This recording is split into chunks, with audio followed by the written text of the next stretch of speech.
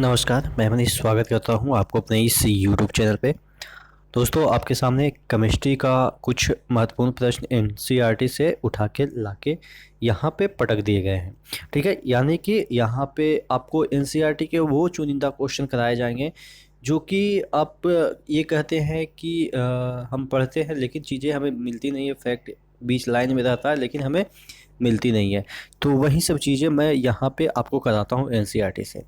शुरू करें। पहला क्वेश्चन है, निम्न में से किसे स्ट्रेटेजिक धातु कहा जाता है। ठीक है, अगर हम स्ट्रेटेजिक धातु की बात करें तो किसे कहा जाता है। टाइटेनियम को कहा जाता है, सिलिकॉन को कहा जाता है, मरकरी को या चांदी को। ठीक है, मरकरी को या चांदी को कहा जाता है।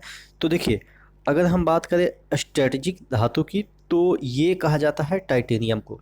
अब याद कैसे करेंगे, क्योंकि चीज़ें याद रखना काफ़ी इम्पोर्टेंट है। क्योंकि अगर आप एग्ज़ाम में जाते हैं, आपने बहुत कुछ पढ़ रखा है लेकिन चीज़ें याद नहीं है, तो थोड़ा सा आपका जो रैंक है या सिलेक्शन है वो पिछड़ सकता है।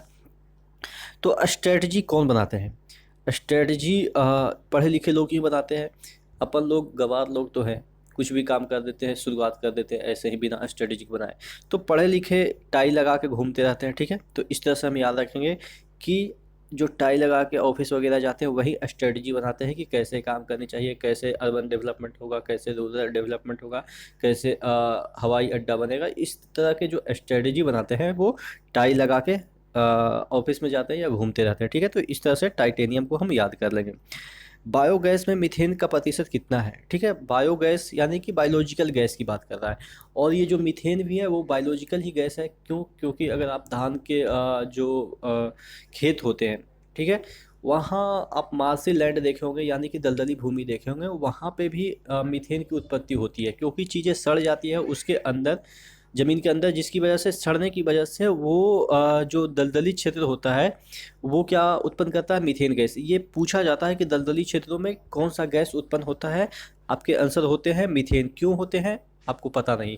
क्यों? क्योंकि वहाँ पे जो दलदली क्षेत्र है वहाँ पे ऑक्सीजन नीचे नहीं जा पाती है, जिसकी वजह से वो सड़ के क्या करते हैं, मीथेन गैस उत्पन्न करते हैं।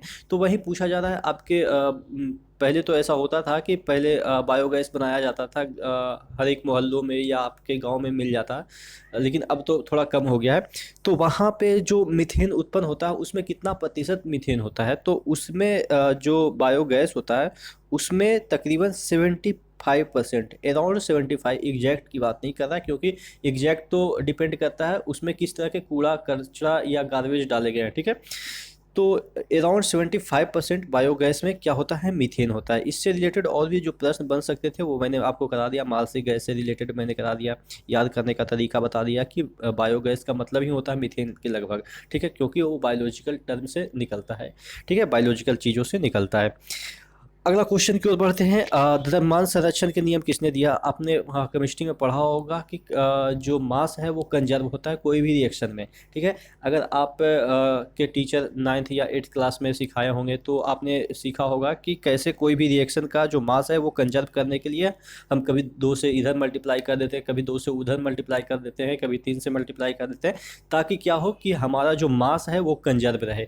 यानी कि रिएक्टेंट का जो मास है और प्रोडक्ट का मास दोनों क्या होता है, इक्वल होता है। ये आपने जो बैलेंसिंग फॉर्मूला है वो भी आपने पढ़ा होगा।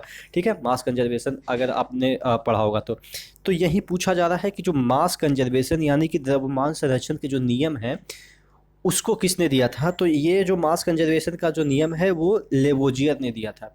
अब इसको याद कैसे करेंगे, क्योंकि केमिस्ट्री में अगर हम देखें तो बहुत सारे ऐसे साइंटिस्ट हैं जिसका मतलब कि इतना प्रसिद्ध है कि कभी कन्फ्यूजन हो जाता है कि डाल्टन ने दिया, कि लेवोजियर ने दिया, कि प्रोस्ट ने दिया, कि नील्स बोर ने दिया। मतलब कि इतना प्रसिद्ध प्रसिद्ध इसमें खिलाड़ी हैं, खिलाड़ी बोले तो आपके साइंटिस्ट हैं कि मतलब कि याद नहीं रहता, कन्फ्यूजन हो जाता है कि कौन किसका टर्म है, कौन किसने दिया। तो इसको याद करने का तरीका मैं बता रहा हूँ कि द्रव्यमान संरक्षण का जो नियम है वो किसने दिया, लेवोजियन ने दिया। देखिए, मेंडली भी काफ़ी फेमस है, डाल्टन भी, वर्जिलियस तो आप कह सकते हैं कि केमिस्ट्री के पिता ही हैं।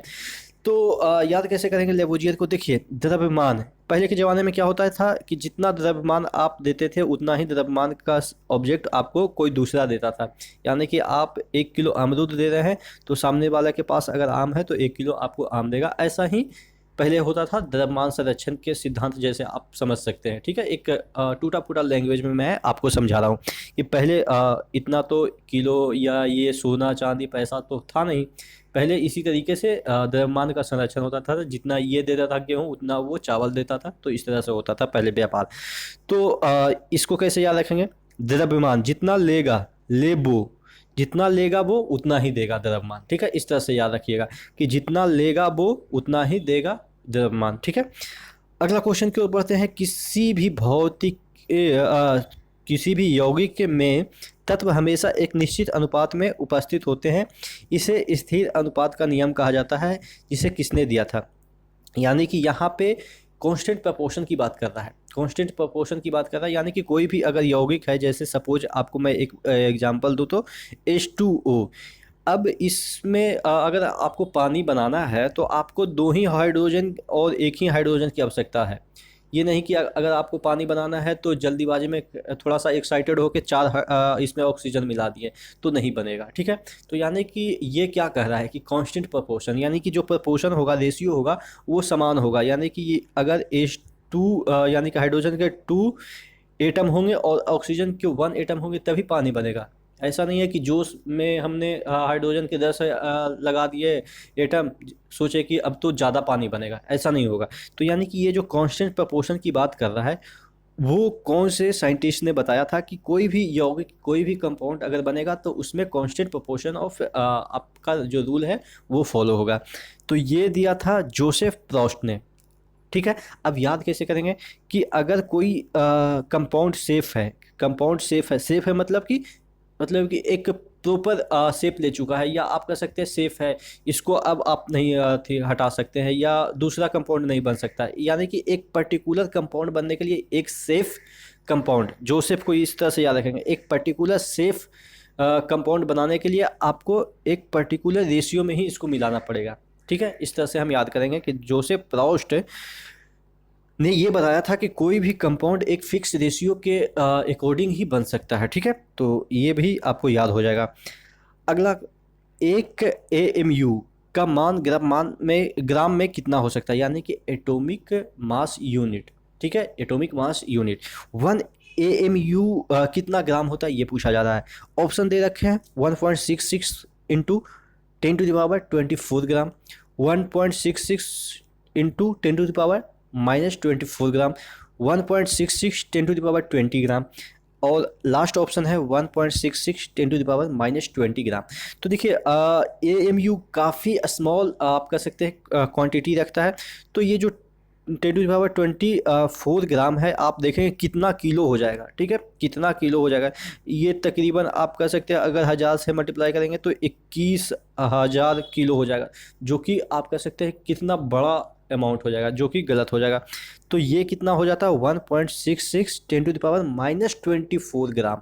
आप समझ सकते हैं कि -24 ग्राम की बात कर रहा है, तो यानी कि अगर कितना ग्राम होगा 1.66 अपॉन 10⁻4 ग्राम 24 ग्राम। आप समझ सकते हैं 1.5 ग्राम का भी आप कह सकते हैं कि कितना भाग 10⁻24 भाग है, तो कितना एकदम से लो अमाउंट हो गया, ठीक है। तो 1 AMU बराबर इतना होता है। अगला क्वेश्चन की ओर बढ़ते हैं। सल्फर की परमाणुकता कितनी होती है? कहने का मतलब एटोमिसिटी ऑफ सल्फर क्या होती है। अब एटोमिसिटी क्या होती है, यानी कि एटोमिसिटी जिसे कहते हैं कि एक फिक्स अमाउंट में एटम अगर जुड़ते हैं और वो स्टेबल होते हैं तो उसे कहते हैं एटोमिसिटी। जैसे अगर हम सल्फ़र की बात कर रहे हैं तो सल्फ़र का जो S6 है और S8 है, मतलब कि 6 एटम मिलके जो सल्फ़र का एक आप कह सकते हैं स्ट्रक्चर बनाता है, वो स्टेबल होता है, उसे ही कहते हैं एटोमिसिटी।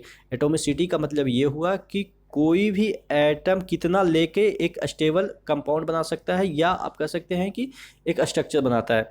तो एटोमिसिटी एस का 6 भी होता है और एस का 8 भी होता है, यानी कि सल्फर का 6 भी स्टेबल है और सल्फर का 8 भी स्टेबल है। तो अब एटोमिसिटी क्या होगी? तो देखिए, अगर आपके ऑप्शन 6 और 8 दे रखे हैं और मल्टीपल चॉइस क्वेश्चन है तो 6 और 8 दोनों होगा। लेकिन अगर 6 और 8 दिया रहा है और आपको एक ही ऑप्शन चूज करना है तो आप 8 टी करेंगे, क्योंकि हाईएस्ट वाला ही आंसर हमेशा प्रेफरेबल होता है। ठीक है, तो 6 भी होता है, 8 भी होता है। लेकिन अगर आप कहें कि सिंगल चॉइस क्वेश्चन है तो आप 8 मारेंगे। ठीक है, और अगर 8 नहीं दे रखा है तो आप 6 मारेंगे। हालांकि 8 दिया ही रहेगा क्योंकि 8 पे भी स्टेबल है और 6 पे भी स्टेबल है।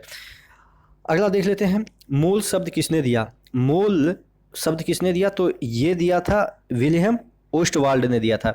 अब याद कैसे करेंगे? देखिए, मोल मोल मोल मतलब कि ये हम मोल की बात कर रहे हैं, मोल तोल की बात कर रहे हैं, जिसमें बार्गेनिंग वगैरह होती है ना। तो आपने बचपन में जो किताबें पढ़ी होगी, एनसीईआरटी की जो किताबें पढ़ी होगी, तो उसके रेफरेंस बुक में ओसवाल्ड की बुक भी आती है, ओसवाल्ड की बुक आती है। तो उस तरह से याद करेंगे कि जो ओसवाल्ड की बुक आती है उसमें मोल भाव नहीं होता है। ठीक है, तो मोल शब्द किसने दिया? ओसवाल्ड ने। ओस्टवाल्ड यहाँ पे लिखा है, मैंने आपको याद कराया ओसवाल से। ओसवाल एक पब्लिकेशन है, ठीक है, उससे अपन याद कर लेंगे। लास्ट क्वेश्चन है, सिल्वर क्लोराइड AgCl का रंग कैसा होता है? देखिए, सिल्वर क्लोराइड की बात करें तो इसका जो रंग होता है वो सफ़ेद होता है। लेकिन अगर AgCl को गर्म करेंगे तो Ag निकल जाएगा और Cl निकल जाएगा, जो कि अगर Ag की बात करें, अब Ag की बात करें यानी कि गर्म करने के बाद करें, तो इसका जो रंग होता है वो थोड़ा सा आप कह सकते हैं कि ये हो जाता है आपके ब्लैकिश टाइप का हो जाता है। ठीक है, अगर AgCl को गर्म करते हैं तो Cl क्लोरीन बन के निकल जाता है, भाप आप कह सकते हैं कि उड़ जाता है गैस बन के, लेकिन Ag बच जाता है, जिसका रंग क्या हो जाता है कि तकरीबन ग्रे, या आप कह सकते हैं ग्रे भी हो जाता है या थोड़ा सा ब्लैकिश हो जाता है। लेकिन अगर AgCl की बात करें तो इसका जो रंग होता है सफ़ेद होता है। ठीक है, तो आशा करते हैं जितने भी आज केमिस्ट्री के क्वेश्चन मैंने आपके एनसीईआरटी से कराए हैं वो आपको याद हो गए होंगे। इसी तरह से बने रहिएगा चैनल के साथ। नेक्स्ट वीडियो में नेक्स्ट अपडेट के साथ मिलते हैं, तब तक के लिए धन्यवाद।